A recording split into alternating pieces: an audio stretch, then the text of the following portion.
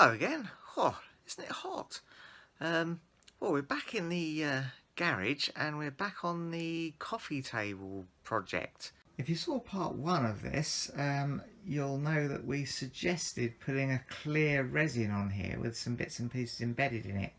That of course involves spending some money and doesn't really fit in with our low budget specifications. And also there's not much point making something that Nikki doesn't like, because otherwise one day fairly soon it would magically disappear.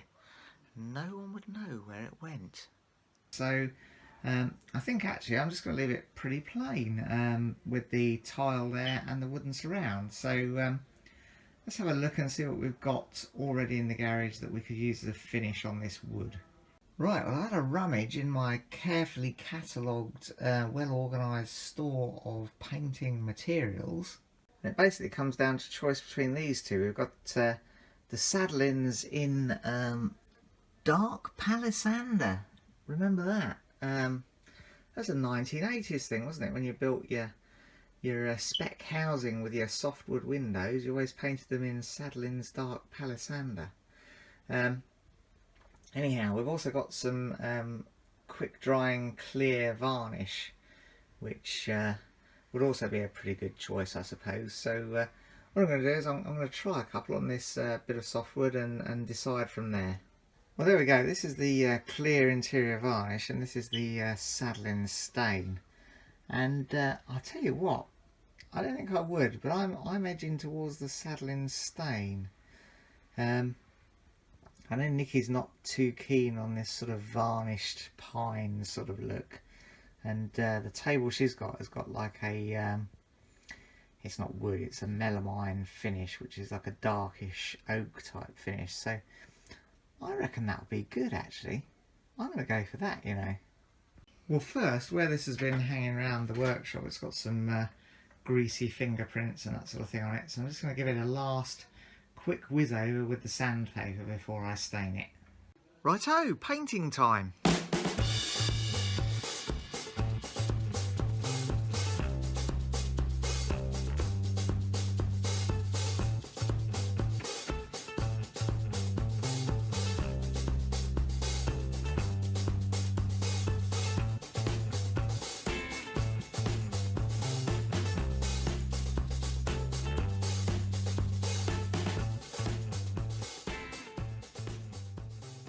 Oh, we do have a bit of a confession to make. This is supposed to be a no budget coffee table build, but we have in fact now got a budget because we've spent some money and bought some rubber ends or plastic ends and feet for the metal base. Thought I had some in the garage, but they were slightly the wrong size, so hopefully these are the right size. These cost, I believe, £3.93. So still a fairly low budget, but we have lost the prestige of the no budget title, so that's a shame. But these will stop the frames scratching our nice oak floor in the living room, so probably worth the money, I guess. So these feet should just hammer into the end there.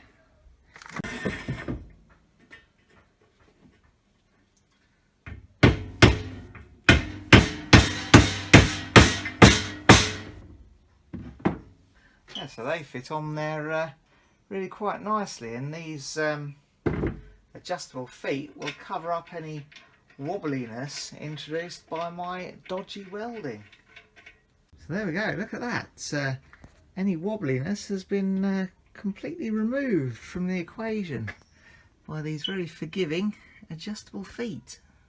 Well, had a few days, weeks perhaps, break from working on the coffee table. We're back on it today, and I'm actually thinking I might give it a coat of this clear varnish as well, just to put a bit of a sheen on it, make it sort of a bit nicer on the wooden trim around the edge here. So let's do that now. It dries pretty quick, so we should still be able to finish it today, I think.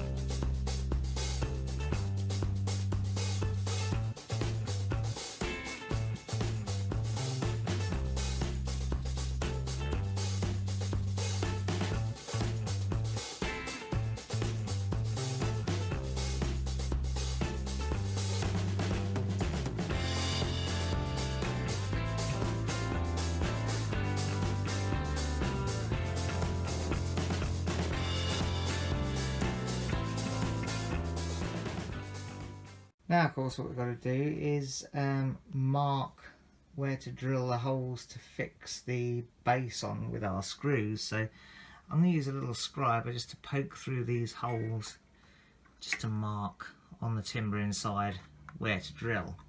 Now you might recall from an earlier episode we're going to use these number 8 screws and some screw cups to fix the top on. It's going to be difficult to get a drill in with the chuck to drill straight, so I've decided I'm actually going to use the scriber here as a sort of bit of an improvised bradawl, just to make enough of a hole to get those screws in without splitting the wood. Right, let's get it screwed on.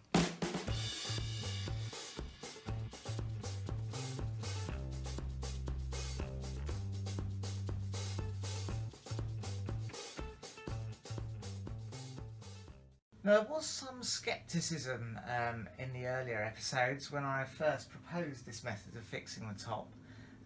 Particularly Brian and Peter were concerned that it might not be robust enough in the event of a removals type scenario. So we ought to really do some product testing type work and simulate a particularly careless removal man, perhaps.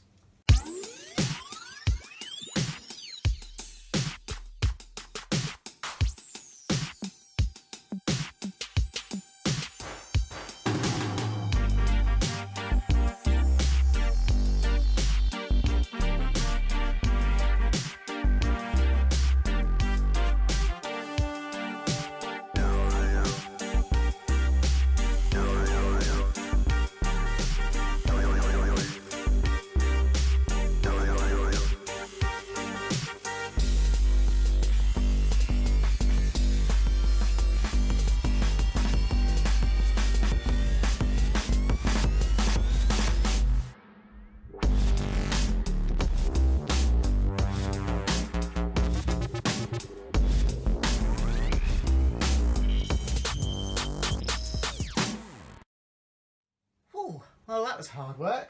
I think it stood up okay though.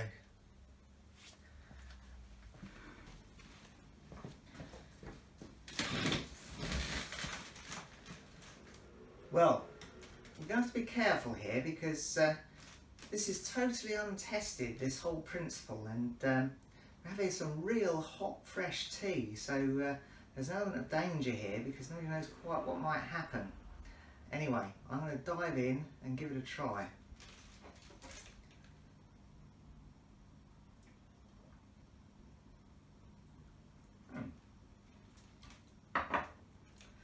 Well, these early indications are good. It seemed to work well.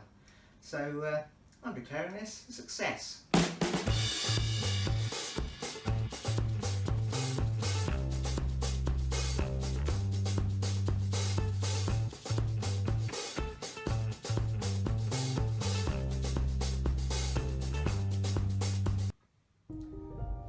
That's all for now.